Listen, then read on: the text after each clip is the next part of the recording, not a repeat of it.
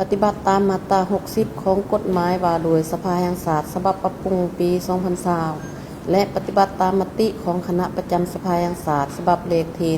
158 ทับคปจ ลงวันที่ 26 เดือน 5 2025 ว่าโดยการดำเนินกองประชุมสมัยสามัญเทื่อที่เก่าของสภาแห่งชาติสุดที่เก่าปฏิบัติตามเงื่อนในจิตใจดังกล่าวบรรดากรรมาธิการคณะเลขาธิการสภาแห่งชาติได้ประสานสมทบกับรัฐบาลและภาคส่วนที่เกี่ยวข้องในการกะเกียมเงื่อนในที่จะนำเสนอต่อกองประชุมครั้งนี้และมาถึงปัจจุบันเห็นว่าการกะเกียมแม่นครบถ้วนสอดคล้องกับกฎหมายและนิติกรรมไต่กฎหมายแล้วข้าพเจ้าในนามคณะเลขาธิการสภาแห่งชาติหัวหน้ากองเลขากองประชุมสมัยสามัญเทื่อที่เก่าของสภาแห่งชาติชุดที่เก่าขอตั้งหน้าคณะประจำสภาแห่งชาติแจ้งมายังบรรดาฐานพนักงานทหารตำรวจนักเรียนนักศึกษาปัญญาชนกรรมกรชาวผู้ออกแรงงานพ่อแม่พี่น้องประชาชนลาวบรรดาเผ่าในทั่วประเทศและพี่น้องชาวลาวที่อาศัยอยู่ต่างประเทศให้รับทราบเกี่ยวกับการดำเนินกองประชุมสมัยสามัญเทื่อที่เก่าของสภาแห่งชาติสุดที่เก่ามีดังนี้และกองประชุมสมัยสามัญเทื่อที่เก่าของสภาแห่งชาติสุดที่เก่าจะได้ไขขึ้นในวันที่เก่าถึงวันที่26มิถุนายน2025ที่ห้องประชุมใหญ่สภาแห่งชาตินครหลวงเวียงจันทน์ซึ่งจะใช้เวลาดำเนินกองประชุมทั้งหมด14วันบ่รวมวันพักราชการกองประชุมสมัยสามัญเทื่อที่9ของสภาแห่งชาติชุดที่9จะได้พิจารณาและรับร้องเอาปัญหาสำคัญพื้นฐานของประเทศชาติดังนี้ 1. บทรายงานของท่านนายกรัฐมนตรีเกี่ยวกับการจัดตั้งปฏิบัติแผนพัฒนาเศรษฐกิจสังคมแผนงบประมาณแห่งรัฐแผนเงินตรา6เดือนต้นปี 2025และแผนการ6เดือนท้ายปี 2025 2. บทรายงานเกี่ยวกับการทาบทามห่างแผนพัฒนาเศรษฐกิจสังคมแห่งชาติ5ปีครั้งที่10 2016-2030 3. บทรายงานเกี่ยวกับการจัดตั้งปฏิบัติบรรดานโยบายนิติกรรมกลไกต่างๆในการพัฒนาพลังงานไฟฟ้า 4. บทรายงานเกี่ยวกับการจัดตั้งปฏิบัติปีท่องเที่ยวลาวและทิศทางแผนการในต่อหน้า 5. บทรายงานเกี่ยวกับผลการสรุปตีราคา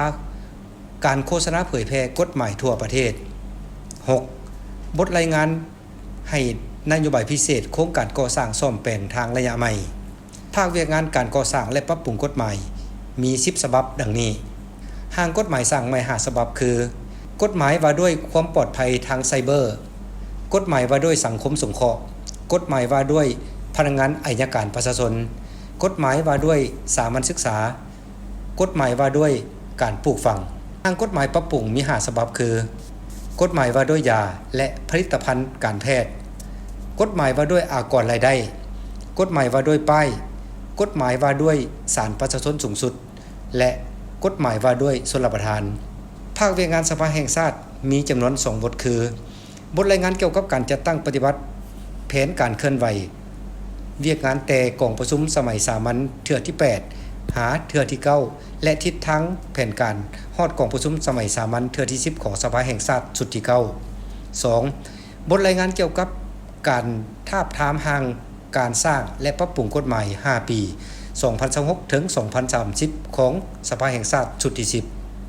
4. มติของสภาแห่งชาติมีจำนวน17ฉบับในนี้มีมติรับรองเอาเวียกงานรัฐบาลมี6ฉบับคือ 1. มติว่าด้วยการรับรองเอาบทรายงานการจัดตั้งปฏิบัติแผนพัฒนาเศรษฐกิจสังคม6เดือนต้นปี 2025และแผนการ6เดือนท้ายปี 2025